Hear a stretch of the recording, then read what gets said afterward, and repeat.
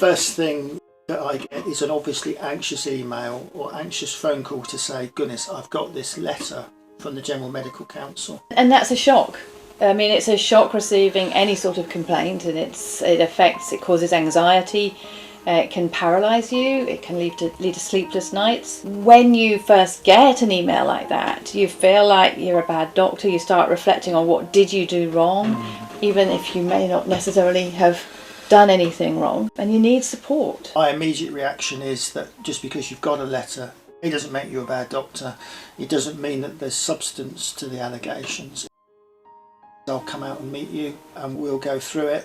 And the important thing, I think, is to do more than the bare minimum. My firm view, having done this for a number of years, is that we give as much information and we set our stall out in as comprehensive a way as we can. So in reality, in your case, for example, we could have just sent the notes and done no more. And I'm sure that's what other insurers would have done. And it came as a shock to me when you actually suggested that we prepare a response to that initial letter, because it wasn't asking for a response.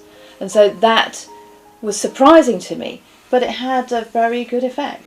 I used to work for the MDU, so I've been on the other side. The medical defence organisations and insurers typically don't engage at that point. The GMC look for disciplinary issues. They need to be reassured about patient safety. We should take every opportunity, starting from the initial letter, to reassure them. My view is that it's not beyond our collective wit to anticipate the allegations and be able to address them properly. We replied with our response and summary of the situation as an interpretation of the notes. It was just after I'd replied with the notes. We put that together, and it's unheard of to see somebody to have support face to face going through something like this. I've never experienced any support like it, and we don't even usually get video conferences. We just get telephone support or email support. Is the norm for medical legal associations. And yes, we put a response in, and the case was closed within 5 weeks, which is unheard of with GMC cases. And many other doctors have expressed surprise that it was closed so quickly. Yeah. The key to this is to give the caseworker, who is the person that will correspond with you as a practitioner, every reassurance and confidence that they don't need to seek independent expert evidence on effectively conduct and breach of duty. They can recommend to their case committee that there's been a fulsome response, patient safety is not at risk, and they can happily close this case without risk to them or the profession at this stage. From our point of view, that's all part of you being a client. I'd have to say it works well here, and it works well in the Republic of Ireland. They've got a slightly different system, but it's close enough for that as a tactic to work. I was a part-time salaried doctor at the time that the incident occurred, but at the time that the complaint came through, I was a locum away from that practice. And so, you have both types of issues there, really. Potentially having a fight on two fronts. Yes, possibly, because of course the practice is trying to defend itself at the same time, and they're not really on your side. Well, they're not at all on your side. No. Whether you're a locum or a salaried doctor, really. We were able to, to marshal the arguments, and obviously the focus for me is to make sure that you're protected. To be fair, the bumps in the road, and there were a few, you were able to very kindly smooth out for us, so that worked well. Mm-hmm. But I could see in other circumstances it not working anywhere near as well. So if there's a locum practitioner watching, that could be an issue. Yeah.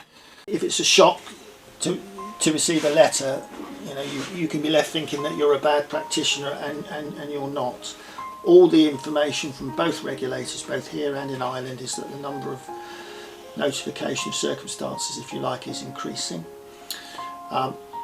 From the claims perspective, my information is that solicitors are using the likes of the Irish Medical Council and the General Medical Council and the General Dental Council as instruments for investigating their cases. and of course it's free. Testing the water at a cheap rate, basically, at our expense as practitioners who are affected emotionally by this situation. Yes, from my point of view, I think that we will be seeing more of this going forward rather than less. Yes, it was a bit of a shock to get to 2 cases within the space of 6 months. Yes, but that doesn't, as we've proved on both of them, neither of them had any foundation. No, and that's the point, that we're going to get increasing cases with spurious foundation. And therefore we're going to need to support people, and one definition of an absolute failure is the clinician leaves the profession. And it feels like it's something worth doing. The only other thing I would say is if there's a suggestion of some slightly odd legalistic terminology in a patient's complaint letter and you're left with the impression there's a legal hand guiding some of this phraseology, there is. Yes, when you can see that it's not the complainant's language, there's somebody else behind, someone else advising them. Yeah. And the final area to cover is the dreaded C word, costs. You might be left thinking, if you're watching this video, oh, there'll be a huge bill of costs in the background that Dr. Grimston's going to have dropped on her. But please say, how much extra have you had to pay for this? Nothing for this level of support, for face-to-face support. And to be honest, that level of support is priceless anyway.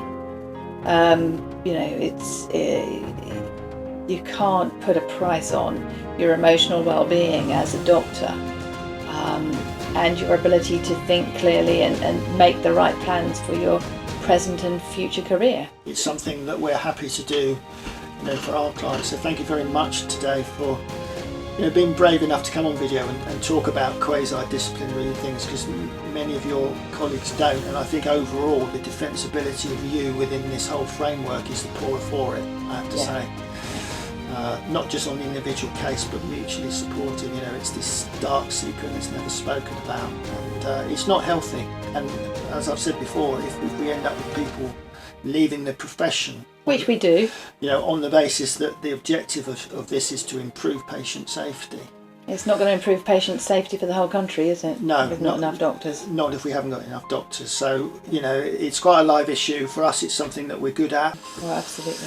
Anyway, thank you very much, Alison. Brilliant. One take, Dr. Grimston.